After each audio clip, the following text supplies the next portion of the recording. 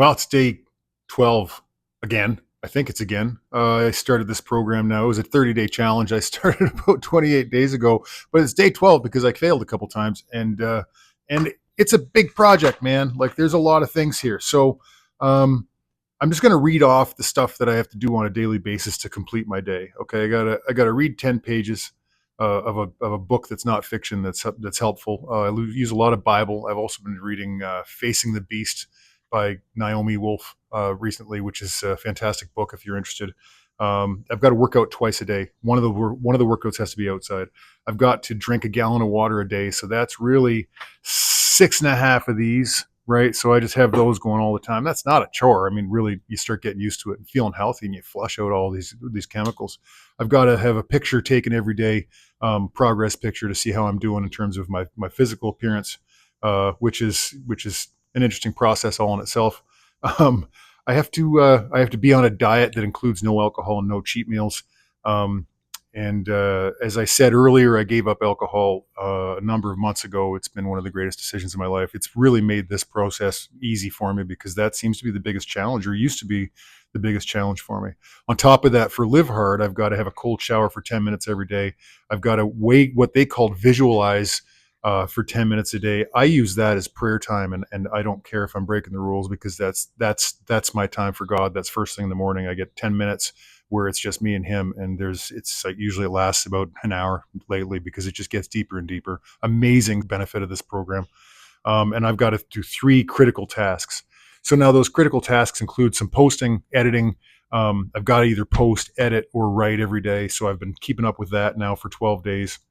I've got to write a power list out of the things that have to get done, and I've got to do a lot of reach out. I've got to reach out to people for different reasons, and so all of those things. There's 12 things I have to do before projects that are ongoing in my business, and those things are all time consuming, and they're all work. And what I've learned from this process, a couple things. Number one. It's not that hard, which is strange to say. I know I failed a couple times, but I'm starting to understand why it's built this way. It's built to be inconvenient, so you can force yourself to face up to the fact that the excuses that we create for ourselves are BS. Period. The other thing I learned through all my outreach, and this gets into a heavier topic, I learned that see, I reach out mostly to men. My speaking business is designed mostly in industries where men are my audience. What I'm discovering more and more is that this crisis that men are having is everywhere. I'm talking to friends that I haven't talked to in years because I need to keep on outreaching, and the outreach is turning into conversations of great depth. And I feel that men's souls are crying out. It is insane to me just how much and how many conversations I have with people where there's a loss, there's a depth there that is just, once you've seen it, you can't not see it.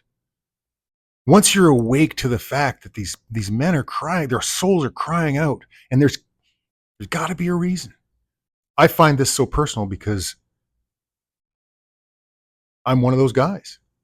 My soul was crying out for years, for decades, and it was crying out, and there was something that was missing, and I couldn't figure out what it was. I didn't know. And so what I did is I just filled it with the things that I could fill it with.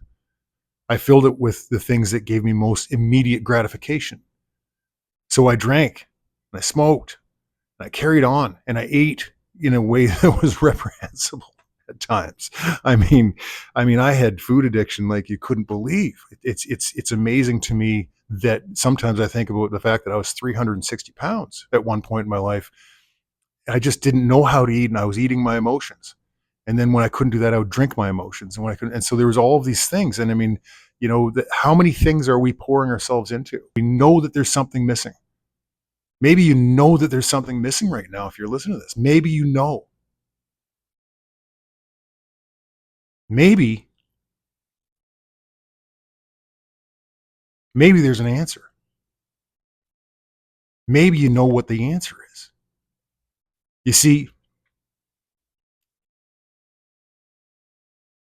all those years, I was so prideful. I was given so many gifts. I was given so many opportunities to do great work for people. I was given so many gifts, man. I was given the gift of being able to be physical and be a huge specimen and go out there and win football games and play with amazing athletes and compete at that level. That's a gift from God. And I turned my back on it. And my pride got in the way, and I stopped realizing that that was a gift from Him, that I didn't do anything to deserve that. It was a gift from Him. Somewhere along the line, I forgot. He called for me for years, knocked at the door of my soul. About 2 years ago, I answered.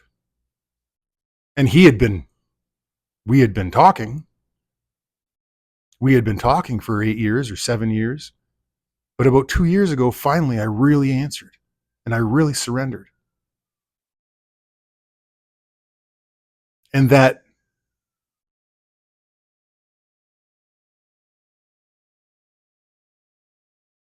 hole, that missing part, that thing that you're trying to fill up, that thing, man, there's a lot of you know. A lot of you know that it's out there. A lot of you know that you have a hole in your heart that you're trying to fill up and you don't know what's supposed to go in there. And the world can't give you anything to go in there that's going to make it work. But Jesus can. I'm not pretending that I have all the answers in the universe, but I have that one. I'm not even saying you got to quit drinking, quit smoking. I'm not even saying you got to go on a diet. I'm not saying any of that stuff, because I think that all of the people that promote all of these programs are full of it. These self-help gurus and all this stuff is nothing. It's air. Because until the day I opened that door, nothing worked. And from that day on, Jesus filled my heart with joy and strength in a way that I couldn't ever understand. I thought people were crazy when they talked like that. Maybe you think I'm crazy. But there's a way to know. Pull out your Bible. Just start reading. Just start getting to know Him. Just you understand that you can know God. He wrote us a book. Through generations and generations and hundreds and even thousands of years, He wrote us a book of who He is. And when you get to know Him, it will fill you with a joy so glorious that it cannot be described. And that hole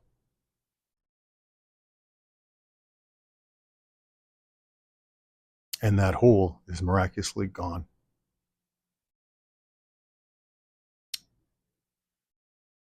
Love you. This is a crazy, crazy post. I know it's heavy.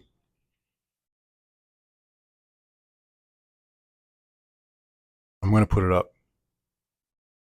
because it's the biggest truth in my life. And I'm not going to live in darkness anymore. God bless. Take care. I hope you stick with me. I hope to see you again.